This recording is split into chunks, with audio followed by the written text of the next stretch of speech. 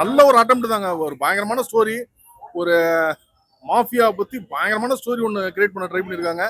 நிறைய விஷயம் பேசியிருக்காங்க, அரசியல் பேசியிருக்காங்க, நேஷனல் அரசியல் பேசுறாங்க, இன்டர்நேஷனல் பிரச்சனையா கூட கொண்டு தான் படத்தை வந்து முடிச்சிருக்காங்க.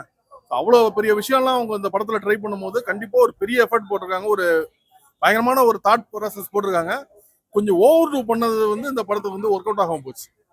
இது டீசல் படம் பார்த்துட்டு வரேன்.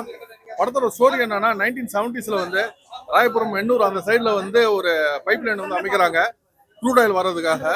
இதனால அந்த ஏரியாவில் இருக்க மீனவர்கள் எல்லாருக்குமே வந்து வாழ்வாதாரம் எல்லாமே வந்து பாதிக்குது.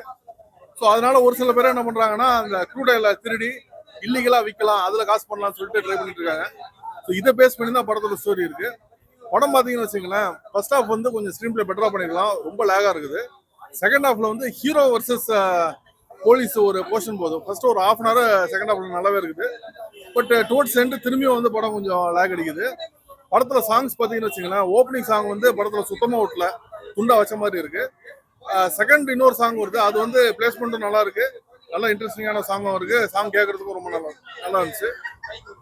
படத்துல லவ் போர்ஷன் பாத்தீங்கன்னு வச்சுங்களேன், இன்னும் கொஞ்சம் ஃபார் பெட்டரா பண்ணிருக்கலாம். ஏன்னா அது ரொம்ப சீரியஸான ஒரு அரசியல்லாம் பேசிட்டு இருக்க ஒரு இது.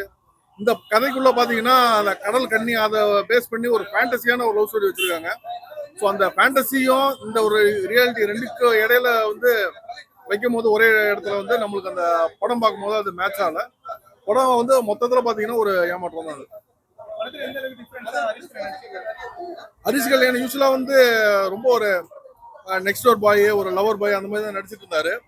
அவர் மீனவரா நடிக்கும் போது அவர் முடிஞ்ச அளவுக்கு எஃபர்ட் போட்டிருக்காரு. பட் என்னன்னா அவர் ஃபேஸ் வந்து காட்டி கொடுத்தது, அவர் வந்து டே நீ மீனவன் இல்லடா அப்படிங்கிறது வந்து கிளியரா காட்டி கொடுத்தது. ஏன்னா பக்கத்துல இருக்க மீனவங்க நடிகர் எல்லாமே பாத்தீங்கன்னா அவன் கரெக்டா மீனவனா நம்மளால ஏத்துக்க முடியும். பட் ஹரிஷ் கல்யாணம் பார்க்கும்போது ரொம்ப ஒரு பாலிஷா தான் அவர் ஃபேஸ் தெரியுது. அவர் வந்து மீனவனா நம்மளால ஏத்துக்க முடியல. கண்டிப்பா வந்து அவருக்கு முயற்சி வந்து நல்லா பண்ணியிருக்காரு. ஆக்ஷன்ஸ்க்கு எல்லாம் அவ்வளவு முயற்சி பண்ணியிருக்காரு. அவர் ஆக்டிங்ல வந்து குறை இல்லை. பட் என்ன அவர் ஃபேஸ் வந்து இந்த கேரக்டர் கரெக்டா செட் ஆகல.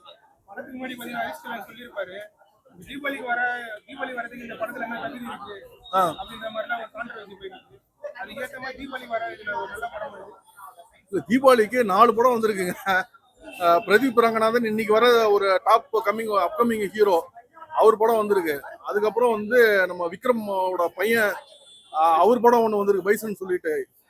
அதுக்கப்புறம் எனக்கு பிடிச்ச ஜானர்ல ஒரு படம் வந்திருக்கு, நான் கம்பி கட்டுற கதைன்னு சொல்லிட்டு. ஏன்னா ஒரு காமெடி படம்னா எனக்கு ஜென்ரலாகவே பிடிக்கும், பொதுவாக ஆடியன்ஸுக்கு பிடிக்கும். நடிச்சிருக்காரு. ஸோ நான் இந்த மற்ற 3 படம் இன்னும் பார்க்கல. ஒரு படத்தை வச்சுட்டு இந்த படம் தான் ஒர்த்து படமா இல்லையாங்கிறது நம்ம சொல்ல முடியாது. ஸோ அது நான் மற்ற 3 படம் பார்த்து முடிச்ச பிறகு தான் சொல்ல முடியும். இந்த படம் வந்து எனக்கு ஒரு ஏமாற்றம் தான். ஆமா, படத்துல ஹெவி லேக் தான் ப்ரோ. ஏன்னா கிட்டத்தட்ட அந்த புஷ்பா பாத்தீங்கன்னு வச்சுங்களேன், இதே சிண்டிகேட் தான். ஒரு சந்தன கடத்தலுக்கு என்னென்ன விஷயம் பண்ணுமோ அதை பேஸ் பண்ணியிருப்பாங்க. இங்க டீசலுங்கிற அந்த க்ரூட் ஆயில் கடத்துறதுக்கு என்னென்ன பண்ணுமோ அதை பண்ணியிருக்காங்க. பட் என்னன்னா அது இன்ட்ரெஸ்டிங்கா பண்ணல. ஃபர்ஸ்ட் ஹாஃப் வந்து ஹெவி லேகா இருக்குது படம். செகண்ட் ஹாஃப் வந்து இந்த ஹீரோ வர்சஸ் அந்த போலீஸ் ஒரு போர்ஷன் வந்து ஒரு ஹாஃப் அன் ஹவர் 40 மினிட்ஸ் வருது. அது ஓரளவுக்கு நல்லாவே இன்ட்ரெஸ்டிங்கா இருக்கு. பட் திரும்பியும் டுவர்ட்ஸ் கிளைமேக்ஸ் வந்து திரும்ப படத்துல கொஞ்சம் லேக் வந்துருது.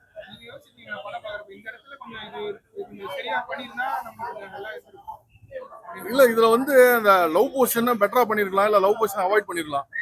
அந்த ஒரு விஷயம் வந்து படத்துக்கு மிகப்பெரிய ஒரு மைனஸா இருந்துச்சு. இன்னொன்னு என்னன்னா நிறைய கேரக்டர்ஸ் உள்ள இன்ட்ரோடியூஸ் பண்ணிட்டே இருந்தாங்க.